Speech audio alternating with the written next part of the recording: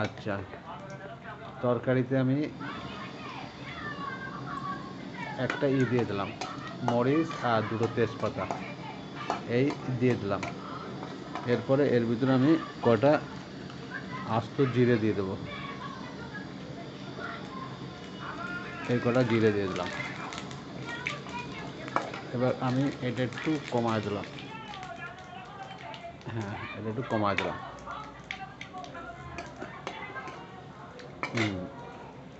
এরপর আমি এগুলো ছেড়ে দিলাম।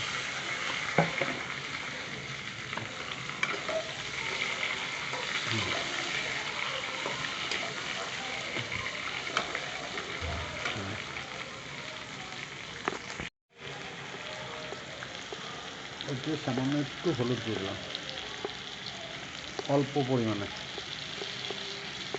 আচ্ছা,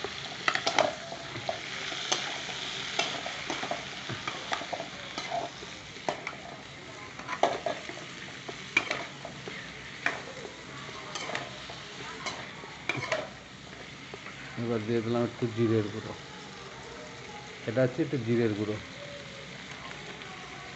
সামান্য পরিমাণে।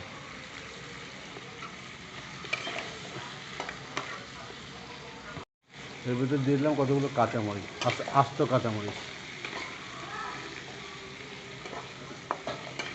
এবং এটাকে কিছুক্ষণ আমি একটু সুন্দর করে কষায় নেব। আপনারা এইভাবে খাবেন, এই তরকারিটা কত সুস্বাদু লাগে, না খাইলে বুঝবেন না। মাংস থেকে আপনারা এই তরকারি খাবেন মশলা ছাড়া, এবং শশা তো এমনি উপকারী।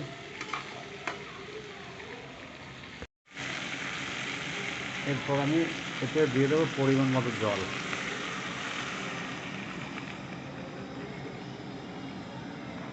হ্যাঁ, এখানে পরিমাণ মতো জল দিয়ে দিলাম।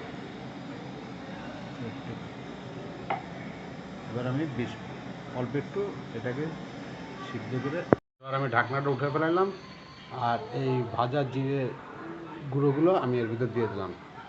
আর এর থেকে আমি একটু ধুয়ে নিচ্ছি তরকারি। এইটা আমি এখন এই মরিচগুলো এর ভিতরে, যে মরিচগুলো আছে এই মরিচগুলো আমি সুন্দর করে, কাঁচামরিচ গুলায় দিলে আপনার এর ভিতরে একটা সুন্দর ফ্লেভার আসবে, আপনার ওই গন্ধে আপনার খাওয়া হয়ে যাবে। এই যে কাঁচামরিচগুলো,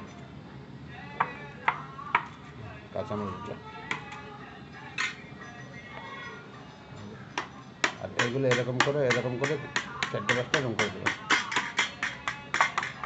আর এর ভিতরে যে তেজপাতাগুলো আছে সেই তেজপাতাটা আপনি উঠে ফেলা দেবেন, তেজপাতার ভিতরে রাখবেন না। আমার শশা রান্না হয়ে গেলে শশাটা আমি নামায় ফেলাইলাম। এবার আমি মাংসটা রান্না করবো আমার জন্য। এবার আমি কড়াইটা গরম হয়ে গেছে, এবার আমি পরিমাণ মতো তেল দিয়ে দিলাম।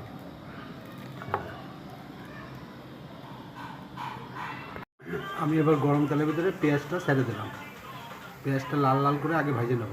লাল লাল করে ভাজা হয়ে গেছে, এরপর এর ভিতরে আমি আদা রসুন দিয়ে দিচ্ছি, ভাজা আদা রসুন। এবার আমি এটা একটু বাড়ায় দিলাম, এখানে একটা সবুজ কি,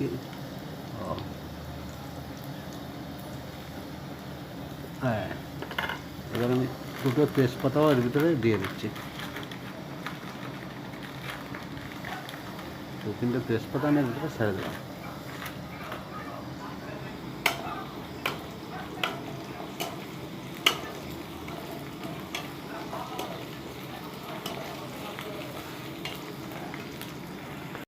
এখন এর ভিতরে আমি পেস্ট করা মশলাটা দিয়ে দিলাম।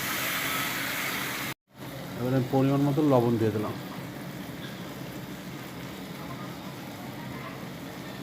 ধোয়া মাংসগুলো এর ভিতরে এখন আমি ছেড়ে দিলাম। এবং এই মাংসগুলো আমি এবার একটু সুন্দর করে কষায় নিই। এক হাত দিয়ে রান্না করা, এক হাত দিয়ে ভিডিও করা, মানুষ পারলে সব কিছুই পারে চেষ্টা করলে। আপনাদের দেখাবো যে একা সব কিছু করা যায়। এটা হচ্ছে একটা সারভাইভাল, আমি সারভাইভ করতেছি। দেখেন, এক হাত দিয়ে কড়াইটাও ধরা যাচ্ছে না, কিন্তু এক হাত দিয়ে ভিডিও আর এক হাত দিয়ে রান্না। হ্যাঁ, এরপর আমি আলুগুলো দিয়ে দেবো। ভিতরে আমি কেটে রাখা একটা আলু আমি ওর ভিতর দিয়ে দিলাম, মানে খাবো তো একা, সেই কারণে। মশলা কিন্তু বেশি না, সামান্য পরিমাণে, একটা মাত্র পেঁয়াজ। তেল ছেড়ে দিয়েছি, আমি জলটা দিয়ে দিই, পরিমাণ মতো জলটা দিয়ে দিই। এবার আমি মিনিমাম 20 মিনিট এটাকে ঢেকে রাখবো। 20 মিনিটের মতো এটাকে ঢেকে রাখবো। এবার আমার পেস্ট করে রাখা গরম মশলাটা এর ভিতরে আমি দিয়ে দিলাম। এখন আমি এটা নামায় ফেলাবো।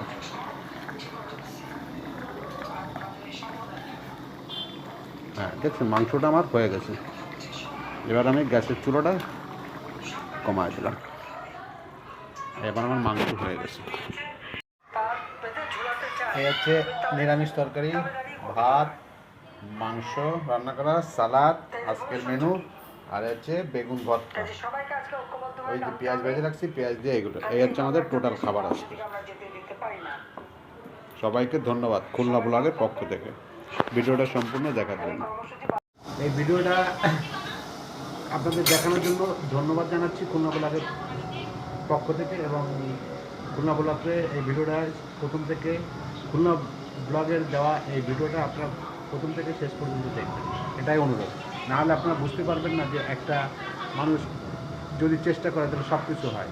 আপনি একা যখন থাকবেন তখন মনে করবেন আপনি একা না, আপনার পাশে অনেক লোক, আপনি স্বয়ংসম্পূর্ণ, আপনি একা সব কিছু করতে পারবেন। ঠিক আছে, যদি একটু চেষ্টা করেন, সারভাইভ করেন।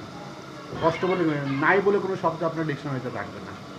খালি একটু এখানে আপনার একটু সদিচ্ছা আর আপনার একটু চেষ্টা, আলসেমি না থাকলে আপনি নিজের মতো করে গুছায় নিজের মতো করে সব কিছু করতে পারবেন, খেতে পারবেন। আপনাদের সবাইকে ধন্যবাদ। একটা সাবস্ক্রাইব, একটা লাইক দেবেন এবং ভিডিওটা প্রথম থেকে শেষ পর্যন্ত আপনারা দেখবেন। এটাই আপনাদেরকে অনুরোধ, করলে অনেক কিছু দেখতে পারবেন এর ভিতরে।